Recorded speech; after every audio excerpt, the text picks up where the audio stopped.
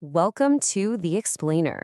If you're studying for your GCSEs, you know just how important it is to really get the characters in Shakespeare's Macbeth. I mean, they're the engine driving this whole bloody story. And that's really the central question we're going to dig into today. We're going to trace Macbeth's transformation from this noble warrior into a paranoid killer, all by looking at his relationships with the other key players. So let's see where it all went so wrong.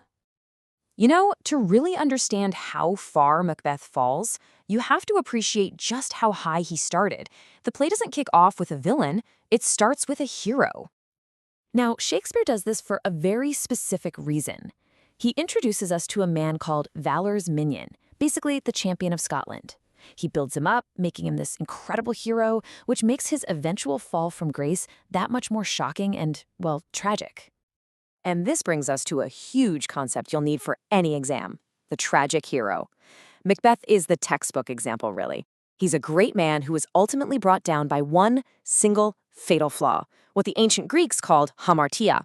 For Macbeth, it's that vaulting ambition of his, an ambition so strong it literally makes him leap over his own sense of right and wrong. So this ambition, which was probably always kind of bubbling under the surface, gets lit on fire by these three prophecies. It's important to remember, the witches don't exactly cast a spell on him. They just provide the spark. They give his darkest desires a voice, and what seems like a supernatural thumbs up, and that just sets the whole catastrophe in motion. But here's the thing, Macbeth isn't acting alone, not at first. His ambition gets absolutely turbocharged by the one person he trusts the most, his incredible and incredibly scary wife, Lady Macbeth. This is, without a doubt, one of the most chilling speeches in all of literature. Lady Macbeth isn't just okay with evil, she's actively calling it in. She's asking these dark spirits to strip away her femininity, her compassion, everything she sees as a weakness, so she can be completely ruthless in their quest for power. In the beginning, she is absolutely the driving force. Whenever Macbeth starts to have second thoughts, she just masterfully manipulates him, questioning his manhood, his courage. She is the architect of this crime, the one who pushes him from just thinking about murder to actually doing it. And with that one final push, Macbeth crosses a line. And it's a line he can never, ever uncross.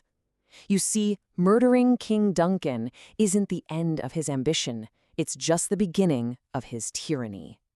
This timeline right here, it just lays out the horrifying escalation of his violence. One murder to get the crown leads to another one to keep it. He kills his king, then his best friend, and then, in an act of just pure senseless brutality, he has an innocent woman and her children slaughtered. The more power he gets, the more paranoid he becomes, and the body count just keeps climbing. Now, if you really want to understand Macbeth's choices, you've got to look at his friend Banquo. He was standing right there. He heard the exact same prophecies. Banquo is what we call a foil to Macbeth. He's a character who contrasts with him, and in doing so, highlights his flaws. Banquo is suspicious. He's loyal. He represents the other path, the road Macbeth didn't take. It really shows us that Macbeth's downfall was ultimately his own choice. So you get power through murder, but it comes at a terrible, terrible cost.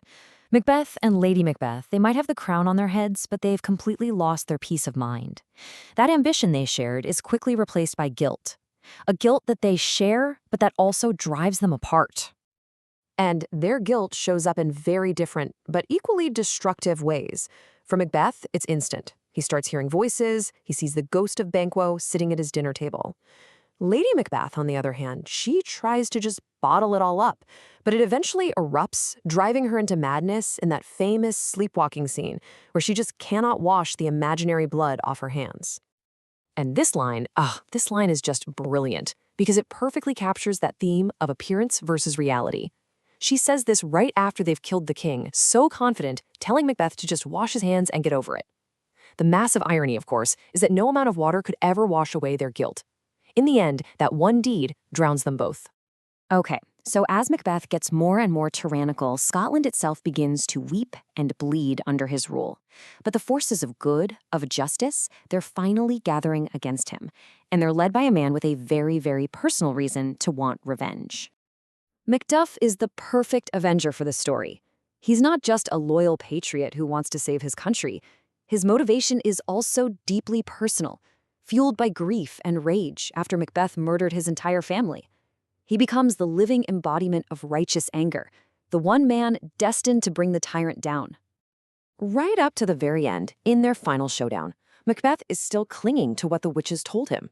It's all he has left. He genuinely believes he's invincible, protected by this little supernatural loophole. It's his last shred of security in a world he completely destroyed. And then, the final brutal twist.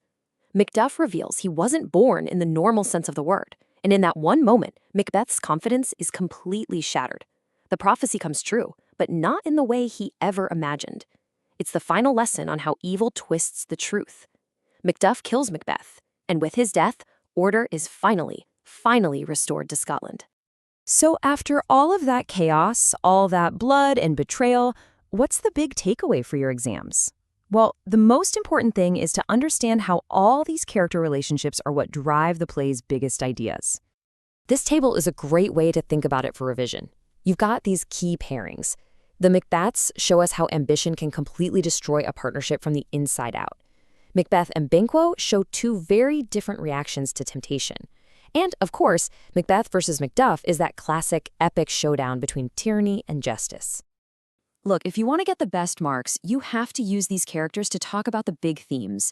Don't just tell the story. Don't just say Macbeth becomes a tyrant. Explain how his ambition, his fear, and his paranoia cause that to happen.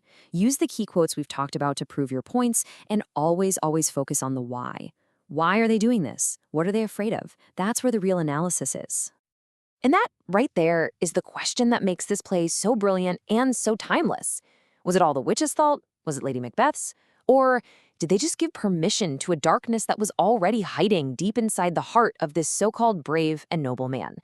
Shakespeare never gives us a simple answer, and that, my friends, is exactly why we're still obsessed with these characters 400 years later.